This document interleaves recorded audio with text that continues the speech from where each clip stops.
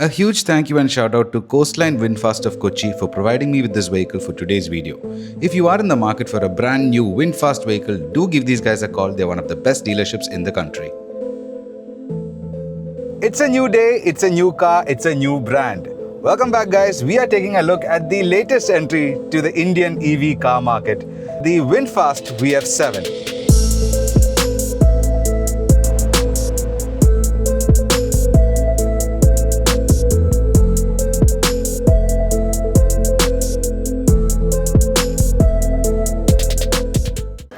And now coming to the Vinfast VF7, by no means is this a small vehicle. The length is almost 5 meters long and the wheelbase is more than 2.8 meters. So this is a very large car, and this VF7 is finished in a beautiful shade called Crimson Red, which is in my opinion one of the best colors for the VF7. The VF7 comes in 5 models. The base model being Earth, then you get the Wind, Wind Infinity, Sky and Sky Infinity. While the base model Earth comes with a 59.6 kilowatt-hour battery, all of the rest of the models get a 70.8 kilowatt-hour battery pack, which means they are more powerful. And as you can see there, that is the full option Sky Infinity. And the Sky and the Sky Infinity, the two top models, are all-wheel drive, while the rest, including the base model, are front-wheel drive vehicles. But those were the specs out of the way, and let's quickly touch on the price.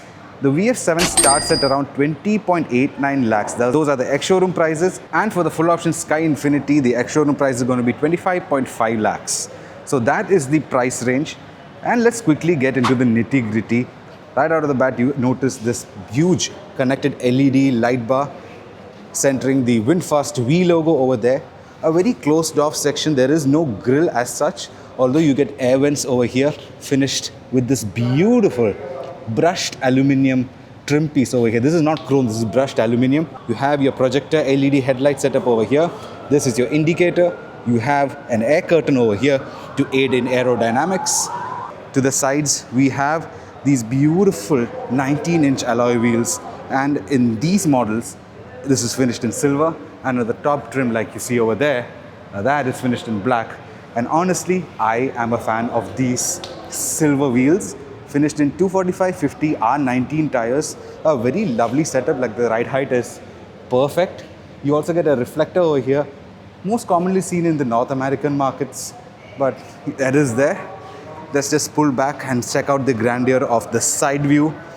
From the side, it almost looks like a Ferrari Pura Sangue. You have that shooting brake kind of a design. It does look very, very good. And the upper portion of the ORVMs are finished in this gloss black to match the A-pillars. And the bottom is finished in body color. You do get a camera over here for your lane keep assist. A very tricked out door handle. You have to press this and open it like that. Now, I am not the biggest fan, and all of the doors do feel heavy. Like, yeah, this is solid. The doors are very, very solid. It closes with a very reassuring thunk. So this is a very solidly built, it's a heavy car. You do feel that in every touch surface of this car. It feels very, very heavy. All of this has heft. And you get a BMW-esque design over here, which runs to the spoiler, which has a blackened out portion over here, creating that continuous black effect. That's very lovely. So you can see the trims are all black. Now that is a very, very smart style element to the VF7, and like I told you, this is just the base model. So regardless of what model you get, this is standard. And to the back, and arguably my most favorite angle of the VF7, this is so good. It feels like a sculpted unit. You can see the sculpture with the indicator housing over here. In the full option variants, you do get a fully electrical tailgate, but on the base model, you do have to lift it manually. And this is the boot space on offer. A very, very cavernous boot space. Over here, you have a medium level loading lip. Like, this is not that bad. And again, you do see that brushed aluminium trim in the back too. That is very, very classy. And the rear diffuser. This is now finished in matte black, gloss black, and this red. Now this red color is really, really good looking, and it plays well with the blackened out pieces in this car. This black over here, this black over here, the A-pillars. So the black and red theme is actually very striking on. And now driving the VF7, what does it feel like? Well, this is an all-new experience. honestly, we know German cars have their German quality, Japanese cars have their Japanesey quality. This is completely foreign to me. This is a Vietnamese experience. It has some characteristics of the European car manufacturers, some characteristics of the Chinese car market. It's all a mix and mash, and this is an all-new experience. So what is it like? Well, for the most part, this feels like any other EV. It is a bit intimidating once you set off. You are going to take some time to get used to this because the bonnet, like I said, is very long. It is way in front of you. There is no instrument cluster, just a heads-up display and this large screen. So it has that Tesla vibe going for it. The initial impressions inside the cabin, it is well insulated. All of the materials are very, very top quality, like everything is in leather, and it is effortless. The car is effortless. You do have that sense of quality inside this cabin. It's not like a Japanese vehicle where it is light. It feels very heavy.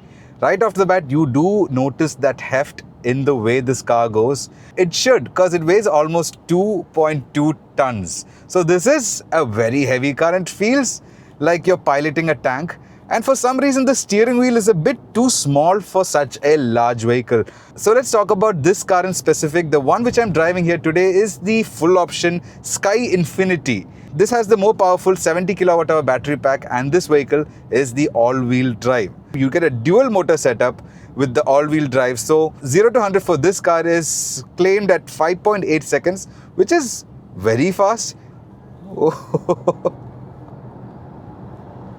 Wow! And that was in eco mode. Let's put it into sport mode. Oh yeah, sport mode is violent. Sport mode, you do get properly pushed back into your seat immediately once you press the throttle. But let's check out normal mode. Yeah, in normal mode and in eco mode, the accelerator pedal is calibrated very fluidically. Like, you really need to press it to get the car moving. It is not underpowered by any means. It is purposefully calibrated so that people who are new to EVs don't end up on the wrong side of a tree. So that is a very good feature for new novice EV drivers. That is pretty good. And once you get going, even in normal mode, the car pulls strong. It is that electrifying torque. So you do get all of that EV goodness. And the suspension setup, well, it is nothing too good to write home about. It is nice. It is soft and compliant over most of the bad stuff. The best way I can describe the suspension and ride is like a blank sheet of paper.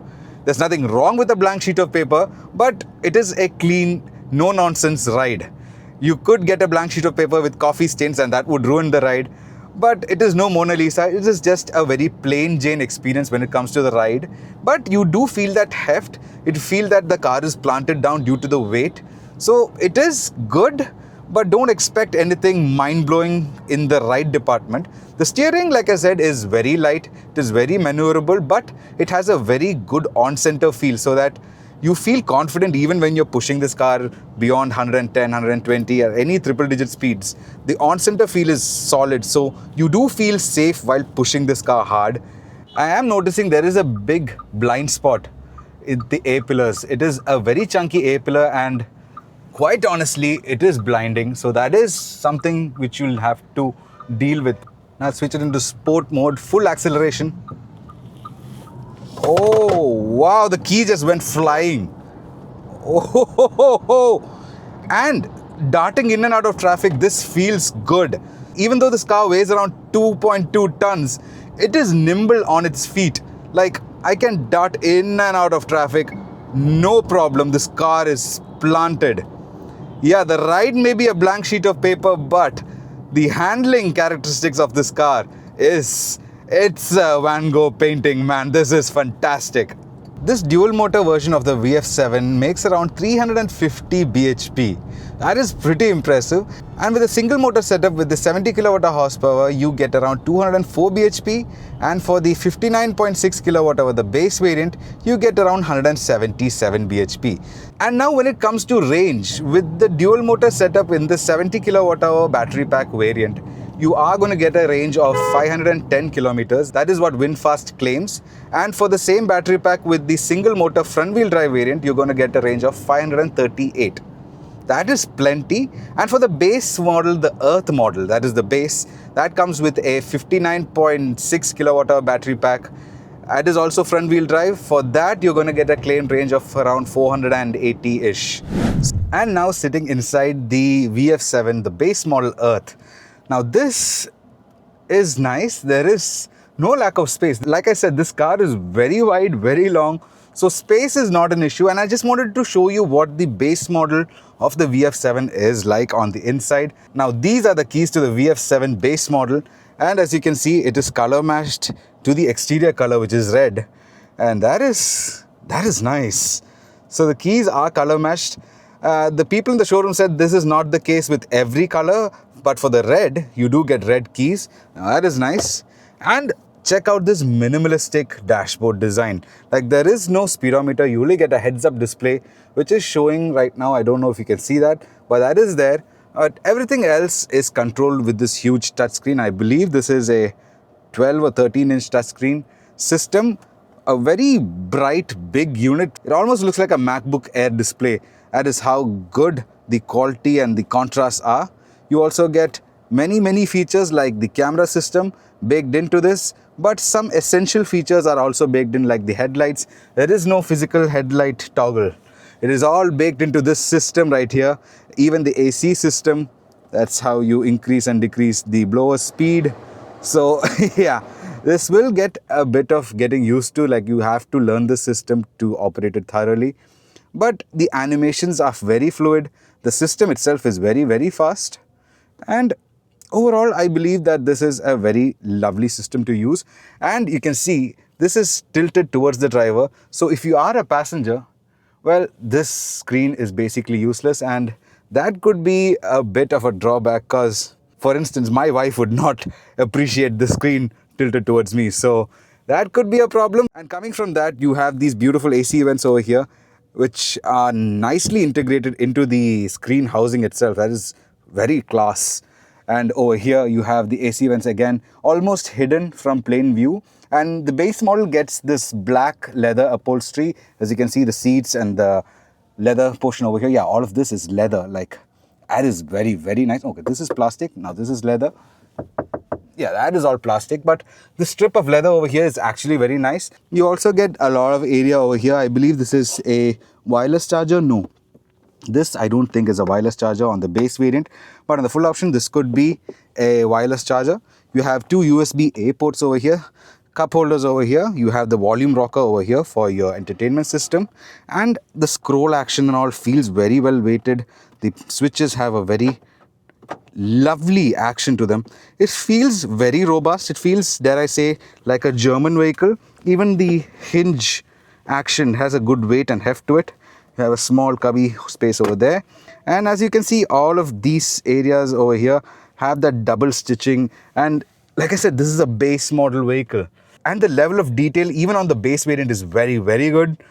Let's just quickly check out the steering wheel. Again, a leather wrapped steering wheel. You get the double stitching over here. And over to the door cuts, you do get the upper portion padded in leather, while the bottom portion is all hard plastic. Also, this portion over here is wrapped in leather with the stitching. That is very nice. So yeah, it feels supple, and the leather overall feels very supple and good, and the seats have a very great ergonomic design. It feels very supportive, especially this area over here. Like, I am super comfortable. It is hugging all of the right places, and it's providing great support to my back. So one of the best supportive front seats on a car of this price bracket. So that is something to note. The seats are supremely comfortable in the VF7. And the front driver's seat is also power adjustable even in the base model. Another quirk with the VF7 is that you get aluminum brake pedals, but a plastic accelerator pedal. That is confusing. And now sitting in the back seat of the VF7, like in the front seats, the seats are very ergonomically good. Like, the back support to your lower back, it is supreme. It is very good. Genuinely, the seats are superb. They are hard. They are not soft, supple seats, but they have a great amount of support right where you need it in the lower back. And these back seats are reclinable, so you do have that adjustability. So if you want a bit more recline, this is possible. And the amount of under thigh support is also class. So you can see my thighs are perfectly supported. So whoever is in the seat ergonomics department at Vinfast, kudos to you, man. You are doing a hell of a job. And what else do we get here? We get rear AC vents, and you get two USB-A ports with a USB-C port, 90-watt USB-C port. So fast charging is possible in the back seat of the Vinfast VF7. And now I'm sitting inside the full option Sky Infinity. And these are the basic differences. You do get the brown leather for the interior. You do get ventilated seats. You also get a brown over here for the extended leather, and a contrasted orange stitching all around, which is unique. And the major difference is this huge moonroof, which is all glass. You can't open it, you can't close it.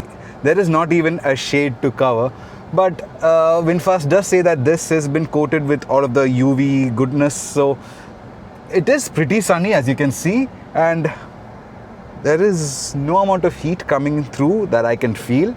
But I'm not the biggest fan. I would just get the regular roof version. So that is that on the full option, and the rest of the interior is the same. This being a white car gets a matched white key, and you also get an additional sensor over here for your driver display, like it detects if you're drowsy or if your attention is going somewhere else, just like the BYD system. So that is the main difference. On the full option version, you also get a power tailgate. So that is a pretty handy feature. You don't get that in the base variants, only on the full option variant. And that is a very handy feature to have. As you can see, a fully powered tailgate. And those were my impressions with the Vinfast VF7. What do you think? Would you consider buying a Vietnamese EV vehicle, or would you consider something else? Do let me know by writing down in the comment sections below. Like this video, share this video with your friends and family, and if you're new here, do subscribe to my channel. It means a lot to me. We'll catch you pretty soon with another video. Till then, have fun, drive safe, and God bless. Bye.